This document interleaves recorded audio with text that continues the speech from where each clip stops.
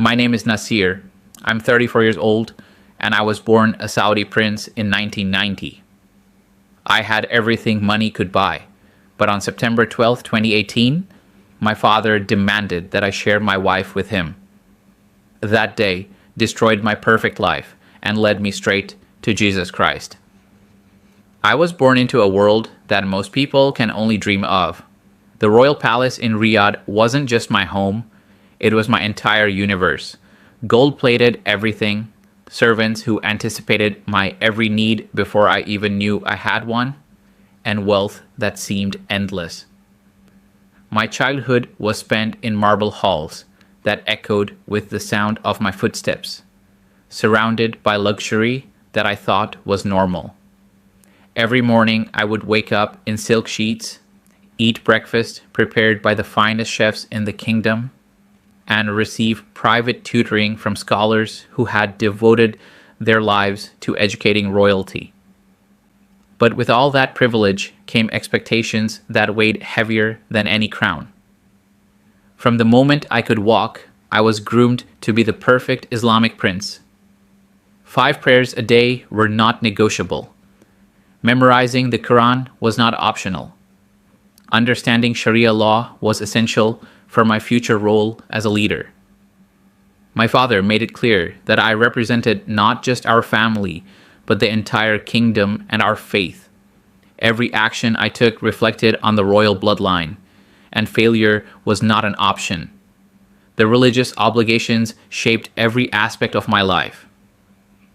I spent hours each day studying Islamic jurisprudence with the most respected imams in Saudi Arabia. They taught me that absolute obedience to Allah and to earthly authority were one and the same. My father, as king, was Allah's representative on earth in our kingdom. To question him was to question God himself. This belief system became so deeply embedded in my mind that I never even considered challenging it until much later. When I turned 25, my father informed me that it was time for me to marry. In our culture, arranged marriages were the norm, especially for royalty. Political alliances, tribal connections, and family honor all played a role in selecting a suitable bride. I had no expectations of love or romance. Marriage was a duty, a responsibility to produce heirs and strengthen our family's position. But when I first saw my bride, everything changed. She was breathtakingly beautiful, yes, but there was something more. Intelligence sparkled in her eyes, and when she spoke, I heard wisdom beyond her years. Our wedding was a grand affair with thousands of guests, international dignitaries, and ceremonies that lasted for days. Yet the moment that mattered most to me was when we were finally alone together for the first time. What started as an arranged marriage quickly blossomed into genuine love. My wife was not just beautiful on the outside, she possessed a heart that was pure and kind. She cared for the servants with genuine compassion. She asked thoughtful questions about governance and showed real concern for our people's welfare. In private moments, away from the formal protocols of court life, we would talk for hours about our dreams, our hopes for the future, and the kind of rulers we wanted to become. She made the cold marble palace feel like a warm home. When she laughed, the sound filled rooms that had always felt empty despite their grandeur. She had a way of making even the most mundane royal duties feel meaningful because we were doing them together. For 3 years, we built a life that felt perfect. We talked about the children we would have, the reforms we might implement when I became king, and the legacy we wanted to leave behind. But I was naive about my father's true character. As king, he projected an image of piety and justice to the world. He was seen as a defender of Islamic values and a wise leader. Foreign diplomats respected him, and our people feared and revered him. I had grown up seeing only the version of him that he wanted me to see. the stern but supposedly loving father who was preparing me for leadership. Over the years, however, I began to notice things that disturbed me. The way female servants would quickly look away when he entered a room. Hushed conversations that stopped abruptly when I appeared. My mother's resigned sadness that she tried to hide behind her royal composure. I learned that my father had taken multiple wives and concubines over the years, often against their will, always justified by his interpretation of Islamic law and his absolute authority as king. There were stories, whispers really, about other family members who had disappeared or been silenced when they opposed him. Cousins who had questioned his decisions and were suddenly sent away on permanent diplomatic missions. An uncle who had spoken against one of his policies and died in a mysterious accident. I told myself these were just palace rumors, the kind of gossip that swirls around any center of power. But deep down, I was beginning to understand that my father was not the man I thought he was. He was not driven by faith or justice or love for his family. He was driven by an insatiable appetite for control and power. He saw people, even his own children, as possessions to be used for his benefit. The Islamic principles he claimed to uphold were simply tools he wielded to justify his desires. Ask yourself this question: what would you do if you discovered that everything you believed about someone you loved and respected was a lie? That realization was slowly dawning on me, but I was not prepared for how far my father's corruption would reach into my own life. I thought that my position as his son and heir would protect my wife and me from his cruelty. I believed that the happiness we had found together was safe from his interference. I was wrong about everything. September 12th, 2018 started like any other day in the palace. I performed my morning prayers, had breakfast with my wife, and reviewed some documents related to a new infrastructure project. Around noon, a servant approached me with a message that my father wanted to see me in his private chambers immediately. Such summons were not unusual, so I thought nothing of it as I made my way through the familiar corridors to his wing of the palace. When I entered his chambers, my father was seated behind his massive desk, his expression unreadable. He dismissed his advisors with a wave of his hand, and we were alone. The silence stretched uncomfortably long before he finally spoke. His words hit me like a physical blow. He told me, in the same tone he might use to discuss the weather, that he had decided my wife would become his concubine. She was to move to his quarters within the week and serve him as he saw fit. I stood there in complete shock, unable to process what I had just heard. This was my father, my king, the man I had respected and obeyed my entire life. Surely he was testing me somehow or speaking hypothetically about some political situation. But when I looked into his eyes, I saw only cold determination. He was completely serious. When I tried to protest, to remind him that she was my wife, he cut me off with a harsh laugh. He quoted verses from the Quran about a father's authority over his household and reminded me that as king, his word was law.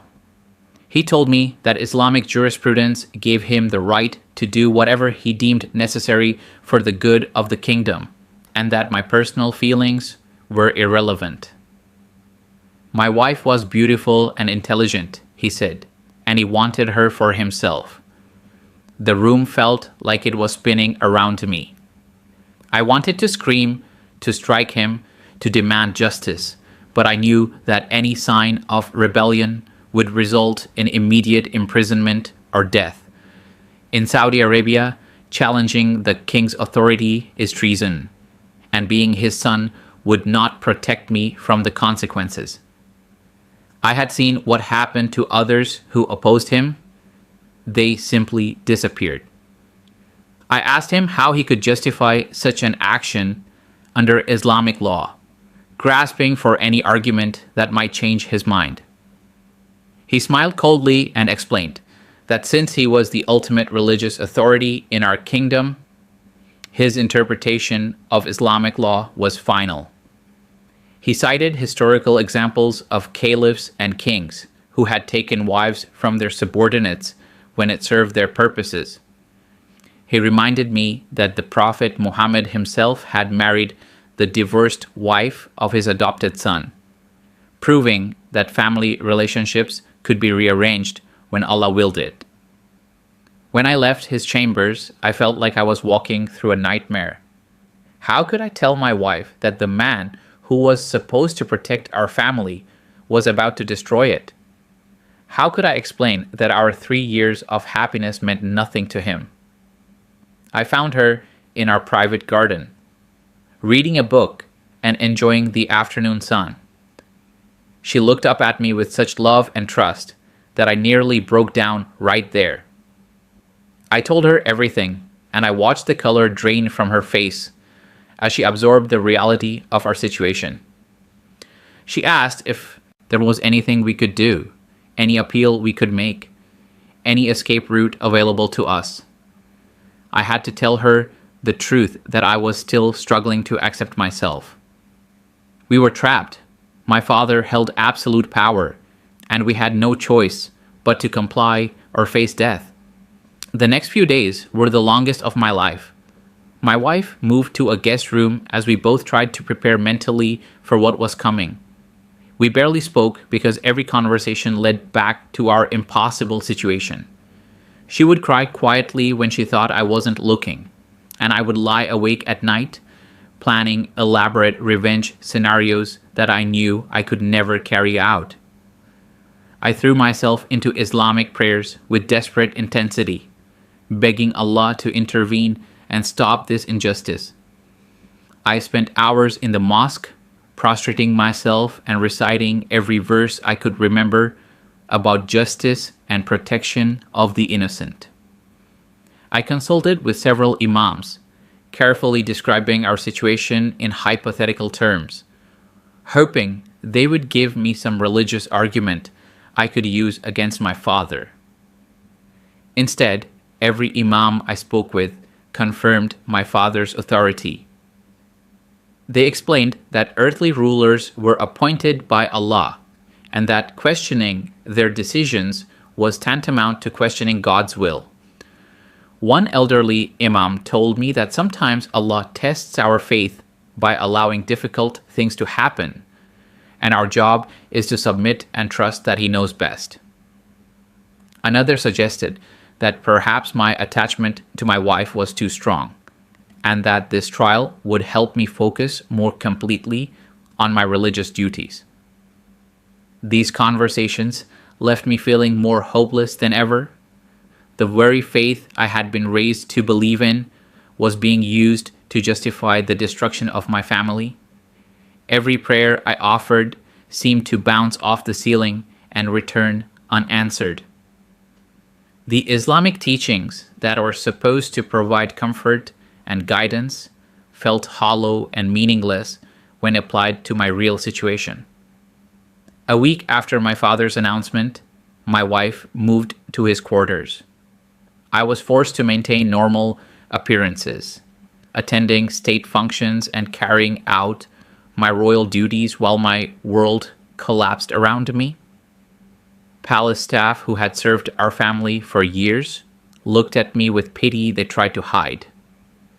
Some seemed to approve, nodding knowingly as if this was simply the natural order of things.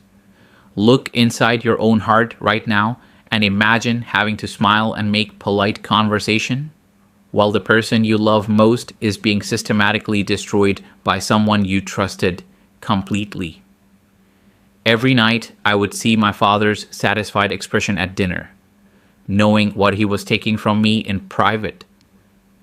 Every morning, I would catch glimpses of my wife in the corridors, watching her become more withdrawn and broken with each passing day. The Islamic prayers that had once given structure and meaning to my life became empty rituals. I went through the motions because stopping would raise suspicions, but I felt nothing. The God I had worshipped my entire life seemed either powerless to help us or completely indifferent to our suffering. After months of desperate prayers and consultations with religious authorities, I was forced to accept a terrible truth. Islam had no answer for my situation except submission to injustice. After months of watching my wife suffer in silence and receiving no answers from Islamic prayers, I reached a point of complete desperation. The traditional solutions had failed me entirely. Every imam I consulted, every verse I memorized, every prayer I offered seemed to lead nowhere but deeper into hopelessness. It was during those dark winter nights of 2018 that I began to do something that could have cost me my life. I started researching other religions. The palace had strict internet monitoring, but I had learned ways to access certain sites without detection during my years of managing various government projects. Late at night, when the rest of the palace slept, I would lock myself in my private office and search for anything that might offer hope. I read about Buddhism, Hinduism, Judaism, and various philosophical systems, but nothing resonated with me until I stumbled across Christian websites. The first thing that struck me about Christianity was how different Jesus seemed from every religious figure I had ever studied. In Islam, we were taught that Jesus was a prophet, but we knew very little about his actual teachings or personality. As I read the Gospels for the first time, I was amazed by story after story of Jesus defending the oppressed, protecting women from abuse, and standing up to corrupt religious leaders. In Matthew's Gospel, I read about Jesus confronting the Pharisees for their hypocrisy and their abuse of power. In John's Gospel, I found the story of the woman caught in adultery, where Jesus protected her from men who wanted to stone her to death. These stories spoke directly to my situation in ways that Islamic teachings never had. Here was a religious leader who actually defended victims instead of demanding their submission to injustice. I began spending hours each night reading Christian testimonies online. I found story after story of people who had been in impossible situations and found supernatural help through faith in Jesus Christ. Former Muslims shared accounts of dramatic interventions, protection from persecution, and miraculous escapes from oppressive circumstances. At first, I dismissed these as exaggerations or outright lies, but the sheer number of similar stories began to make me wonder. What captivated me most was the Christian concept of a personal relationship with God. In Islam, Allah felt distant and unapproachable, someone to fear and obey, but never to question or approach with intimate concerns. The idea that Jesus actually wanted to hear about my personal problems and cared about my individual suffering was completely foreign to everything I had been taught. Islamic theology emphasized submission and acceptance of whatever Allah decreed, but Christianity seemed to encourage believers to bring their requests and even their complaints directly to God. I discovered Christian teachings about justice that were radically different from what I had learned in Islamic jurisprudence. Where Islamic law seemed to always favor those in authority, Christian teaching consistently sided with victims of oppression. Jesus himself had said that whatever we do to the least of these, we do to him. The idea that God identified with victims rather than with powerful rulers was revolutionary to my thinking. But reading about Christianity was incredibly dangerous. In Saudi Arabia, converting from Islam is punishable by death. and even possessing Christian materials can result in severe punishment. I had to be extremely careful about my internet searches and reading habits. I used various techniques to hide my digital footprints and always cleared my browser history completely. The fear of discovery was constant, but my desperation for answers was stronger than my fear. After several weeks of secret research, I made a decision that terrified me. I decided to share what I was learning with my wife. She had become so withdrawn and depressed that I was genuinely worried about her mental health. When we did manage to have private conversations, she would speak about feeling completely abandoned by God and questioning everything we had been taught about faith and justice. One evening in late November, I found her sitting alone in the small sitting room adjacent to our former bedroom. My father was away on a diplomatic trip, which gave us a rare opportunity to talk privately. I sat down beside her and told her that I had been researching other religions, specifically Christianity. Her initial reaction was pure terror. She reminded me that what I was doing could get us both killed, and she begged me to stop before someone discovered my activities. But when I began sharing some of the specific things I had learned about Jesus, her fear gradually gave way to curiosity. I told her about Jesus' teachings on marriage and how he had defended the sanctity of the relationship between husband and wife. I shared stories of how he had protected women from abuse and stood against corrupt religious authorities. For the first time in months, I saw a spark of hope return to her eyes. We began studying Christian materials together in complete secrecy. We would wait until the palace was quiet, then read passages from the Bible and Christian testimonies on my hidden internet connection. We had to be incredibly careful, taking turns keeping watch and always being ready to hide what we were doing if anyone approached.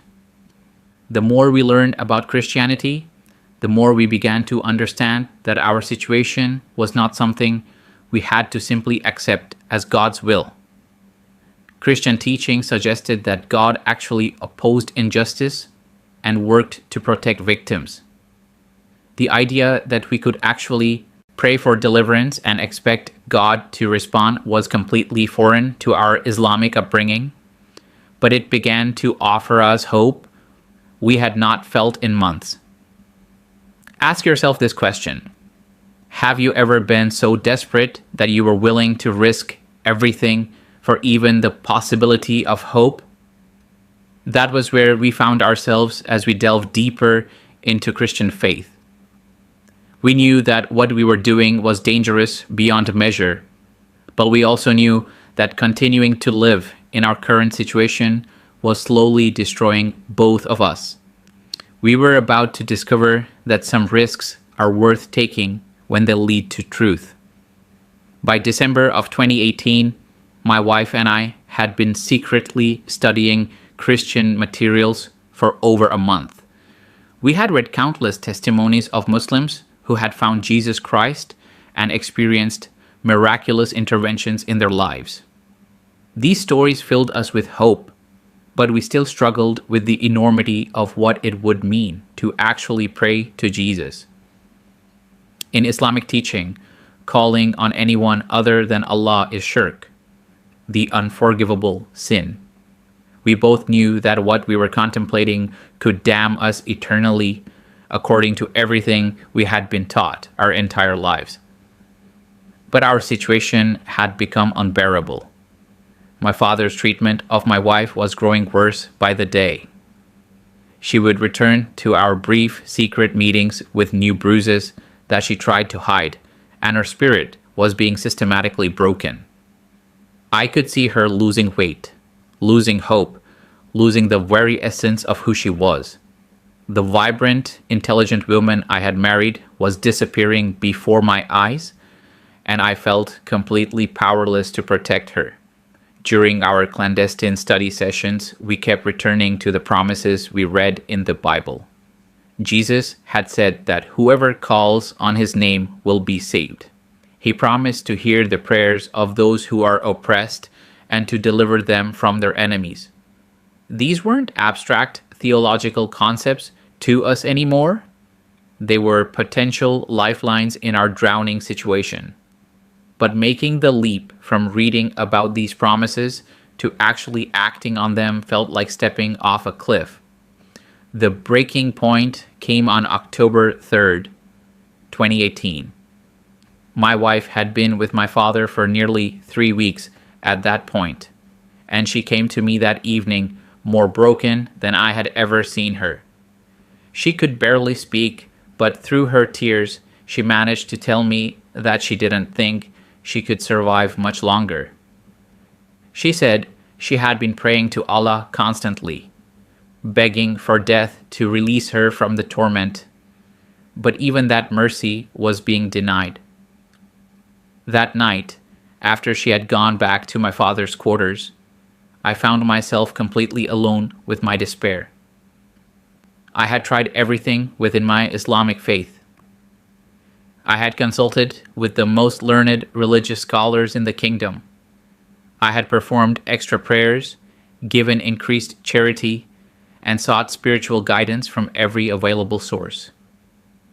Nothing had worked. If anything, my situation had gotten worse. I knelt on my prayer rug, as I had thousands of times before, but this time I wasn't facing toward Mecca.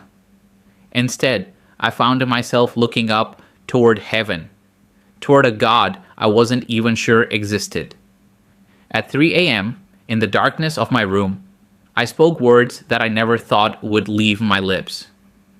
I said, Jesus, if you're real, and if you really do care about justice like the Bible says, please help us. The moment I said those words, I felt something I had never experienced in all my years of Islamic prayer. It wasn't dramatic or overwhelming, but it was unmistakable. I felt heard.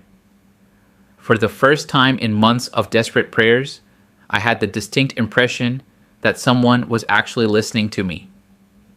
I continued praying, telling Jesus about our situation, about my wife's suffering, about my complete helplessness to protect her. I found myself confessing sins I had never acknowledged before. I admitted that I had been prideful, that I had looked down on people beneath my social station, that I had been complicit in systems that oppressed others. I told Jesus that if he was willing to save us from this situation, I would give him my entire life. I promised that we would serve him no matter what it cost us, even if it meant giving up our royal positions and wealth. As I prayed, I felt an incredible sense of peace begin to replace the anxiety and rage that had consumed me for months. It wasn't that my circumstances had changed, but something inside me had shifted. I no longer felt completely alone in this battle. I had the sense that powerful forces were now involved on our behalf, forces that my father's earthly authority could not touch. The next morning, I waited anxiously for an opportunity to speak privately with my wife. When I finally had a chance to tell her about my prayer experience, her reaction surprised me. Instead of the fear I expected, I saw relief in her eyes. She told me that she had been having similar thoughts about calling on Jesus but had been too afraid to act on them. She said that during the darkest moments with my father, she had found herself silently crying out for Jesus to help her, even though she didn't understand why. That afternoon, we prayed together for the first time as believers in Jesus Christ. We knelt together in our former bedroom and surrendered our lives completely to him. We asked Jesus to forgive our sins, to save our souls, and to deliver us from the impossible situation we faced. We told him that we wanted to belong to him regardless of the cost. The change in both of us was immediate and dramatic. The hopelessness that had characterized our conversations for months was replaced by a quiet confidence that God was going to work on our behalf. We still didn't know how or when, but we had absolute certainty that our prayers had been heard and would be answered. We began reading the Bible openly in our private moments, no longer driven by mere curiosity, but by a genuine hunger to understand our new faith. Over the following days, we both experienced what we later learned Christians call the peace that passes understanding. Despite our external circumstances remaining the same, we were no longer consumed by anxiety and despair. We had placed our situation in the hands of someone who was more powerful than even the king of Saudi Arabia. We also began to receive what seemed like divine guidance about practical matters.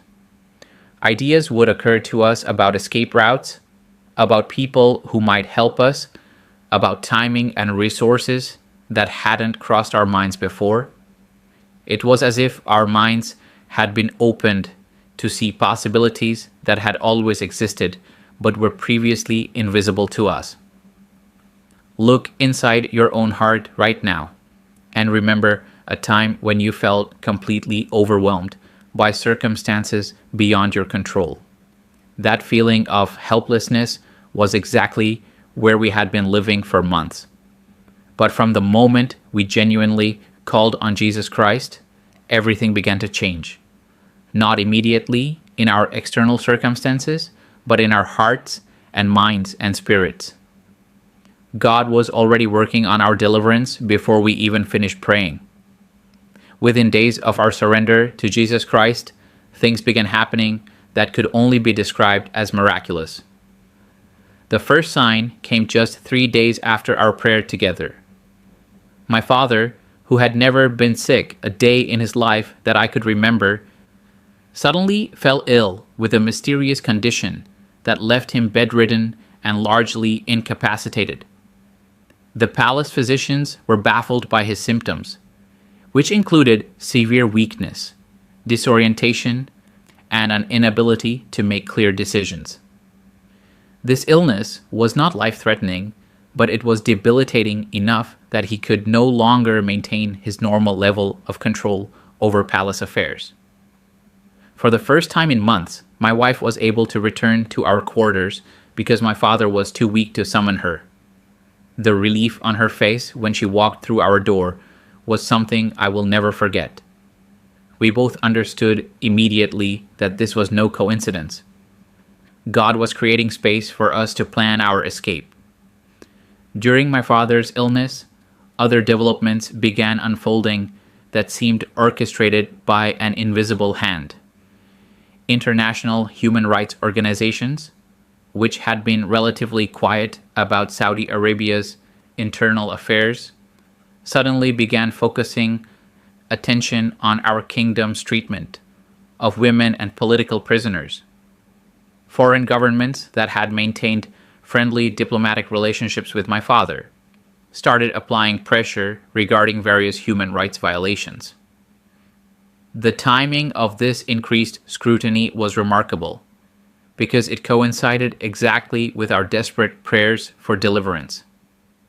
News outlets that had never shown interest in Saudi internal politics began running expose articles about the royal family's abuse of power.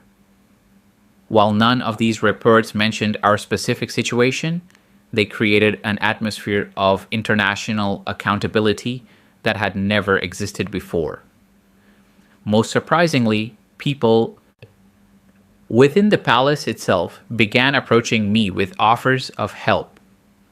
A senior security officer whom I had known for years but never considered particularly trustworthy came to me privately and revealed that he was a secret Christian.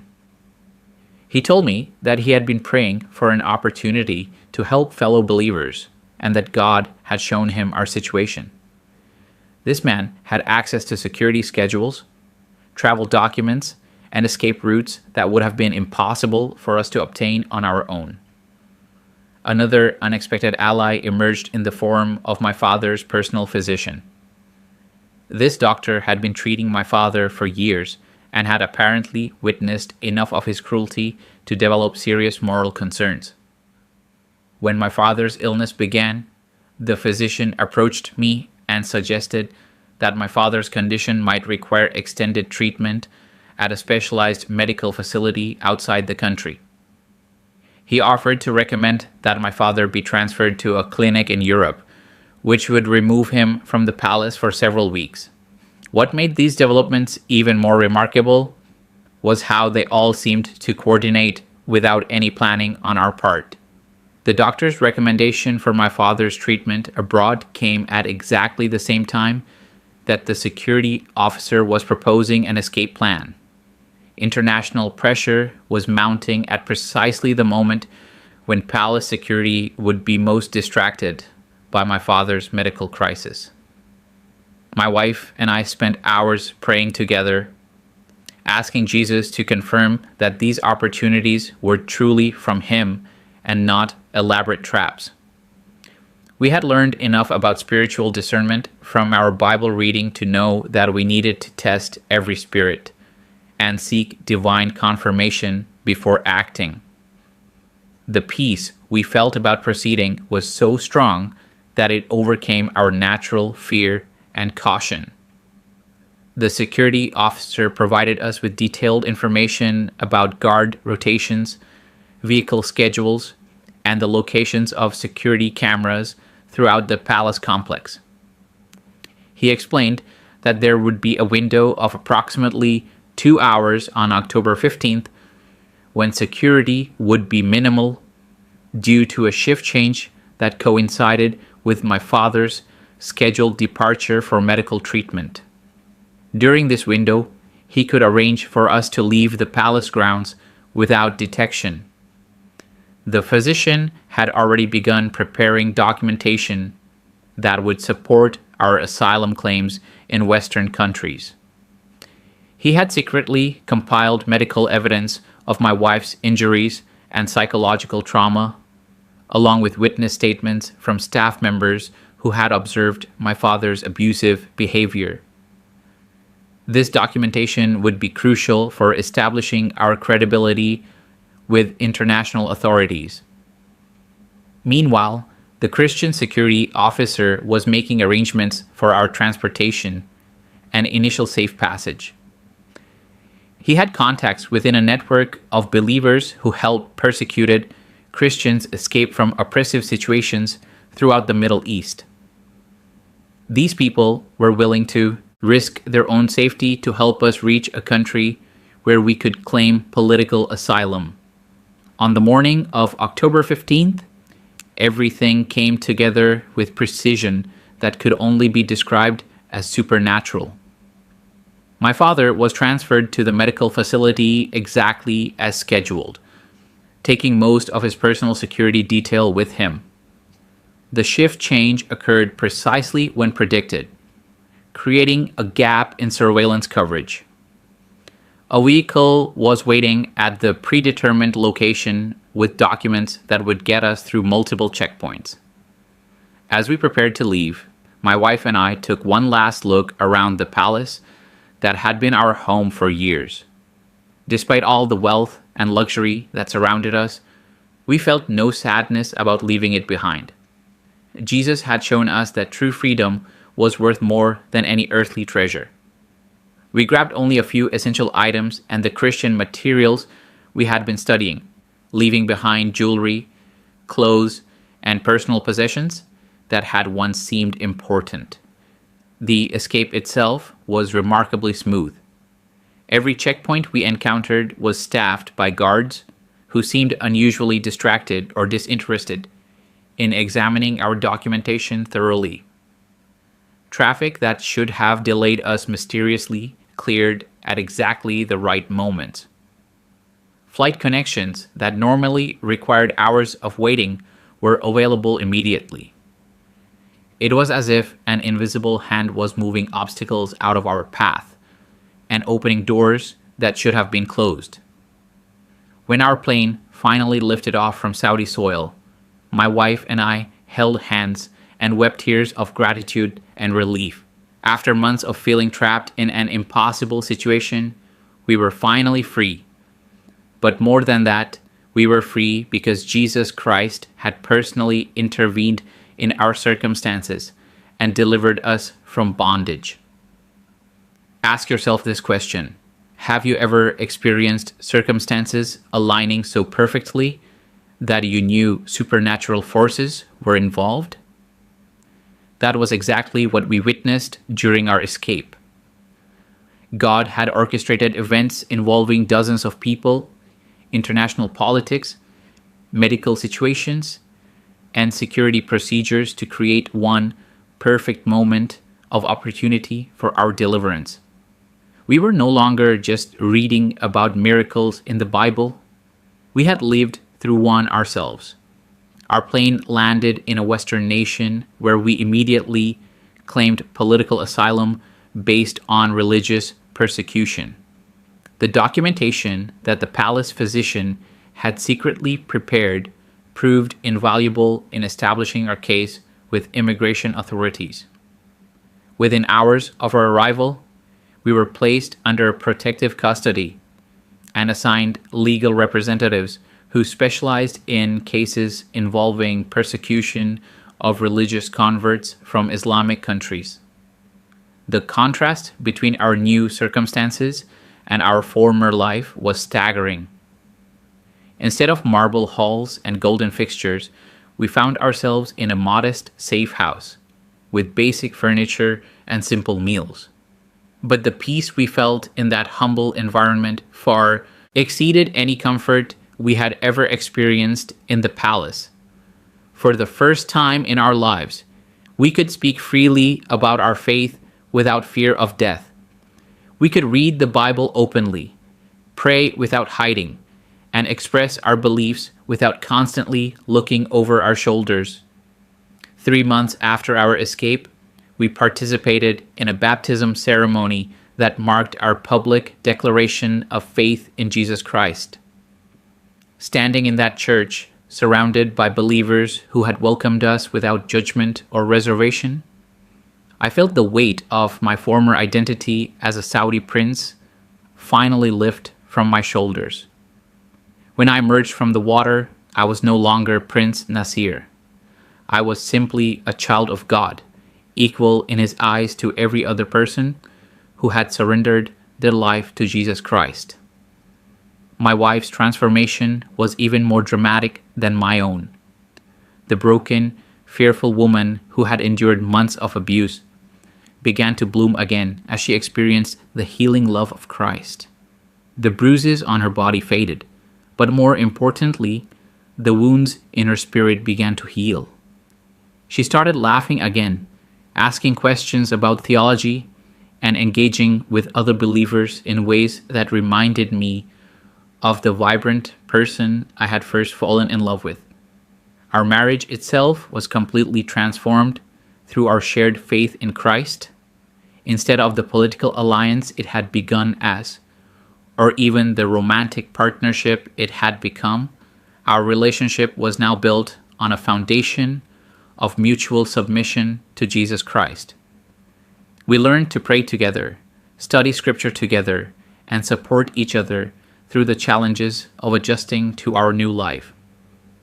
The trauma we had endured together actually became a source of strength as we helped each other process and overcome the psychological effects of our experiences. But our new life was not without challenges. Within weeks of our public baptism, death threats began arriving from Islamic extremist groups who considered us apostates deserving of execution. Saudi intelligence services made multiple attempts to locate us and pressure our host country to extradite us back to the kingdom. We had to change our names, alter our appearances, and move frequently to stay ahead of those who wanted to silence our testimony. The loss of our worldly wealth and status was initially difficult to adjust to. We had gone from unlimited resources to living on government assistance and the charity of Christian organizations. We had to learn basic life skills that we had never needed as royalty, such as grocery shopping, cooking meals, and managing a household budget. Sometimes the practical challenges of our new circumstances would overwhelm us, and we would struggle with doubt about whether we had made the right decision. During those moments of weakness, God consistently reminded us of His faithfulness through the testimony of other believers and through His supernatural provision for our needs. Christian families would invite us into their homes and treat us like family members. Churches would take up special collections to help with our living expenses. Complete strangers would approach us after hearing our story and offer practical help or simply words of encouragement that came at exactly the right moment. As we grew stronger in our faith and more settled in our new environment, God began revealing His purpose for our experiences. We started receiving invitations to share our testimony at churches, Christian conferences, and human rights organizations. Our story resonated powerfully with audiences who had never fully understood the reality of religious persecution in Islamic countries or the personal cost of converting from Islam to Christianity. Through our public speaking, we discovered that God was using our testimony to reach other Muslims who were secretly questioning their faith or seeking truth beyond what they had been taught. After every speaking engagement, we would receive messages from Muslims who had heard our story and wanted to know more about Jesus Christ. Some were immigrants living in Western countries who felt free to explore other religions. Others were people still living in Islamic nations who had found our testimony through underground Christian networks or internet broadcasts. The most remarkable responses came from within Saudi Arabia itself. Through secure communication channels, we learned that our escape and conversion had become known among certain circles within the kingdom. Secret Christian believers whom we had never known existed during our time in the palace reached out to thank us for our courage and to share their own stories of hidden faith. Our public testimony had given them hope that open Christian faith was possible, even for people from their cultural background. We also began working with international organizations dedicated to helping persecuted Christians escape from oppressive situations. Our experience navigating the asylum process and adjusting to life in a new country qualified us to counsel and mentor other refugees who were fleeing religious persecution. There is something uniquely powerful about receiving help from someone who has walked the same difficult path and emerged victorious on the other side. Our ministry expanded to include support for underground Christian movements in Islamic countries. We helped fund the translation and distribution of Christian materials in Arabic and other Middle Eastern languages. We supported safe houses and escape networks for believers who were facing persecution similar to what we had experienced. Our royal connections and cultural knowledge proved valuable in understanding the specific challenges faced by converts in different Islamic societies. Today, 5 years after our escape, we can see the clear hand of God in orchestrating every aspect of our journey. What seemed like the worst betrayal imaginable became the catalyst for discovering the greatest truth possible. My father's cruelty, which was intended to destroy us, actually drove us to find salvation in Jesus Christ. The suffering that nearly broke us became the foundation for a ministry that has touched hundreds of lives across the Middle East and beyond. I'm asking you, just as someone who has lost everything worldly and gained everything eternal would ask, what situation in your life seems hopeless right now? What injustice are you facing that feels too big for any human solution? The same Jesus who delivered a Saudi prince and his wife from impossible circumstances is available to you right now. Look inside your own heart right now and ask yourself whether you're ready to surrender control of your life to someone who loves you more than you can imagine. Jesus Christ didn't save us because we were good enough or deserved rescue. He saved us because He is good and because He specializes in impossible situations. If you're ready to experience the same transformation that changed us from broken victims into victorious believers, pray this prayer with me right now. Jesus, I acknowledge that I am a sinner in need of salvation. I believe that You died on the cross for my sins and rose again to give me eternal life. I surrender my life to You and ask You to be my Lord and Savior. Please forgive my sins and make me a new creation. I trust You to guide my life from this moment forward. From the palace of bondage to the kingdom of heaven. That's what Jesus Christ did for us, and He'll do the same for you.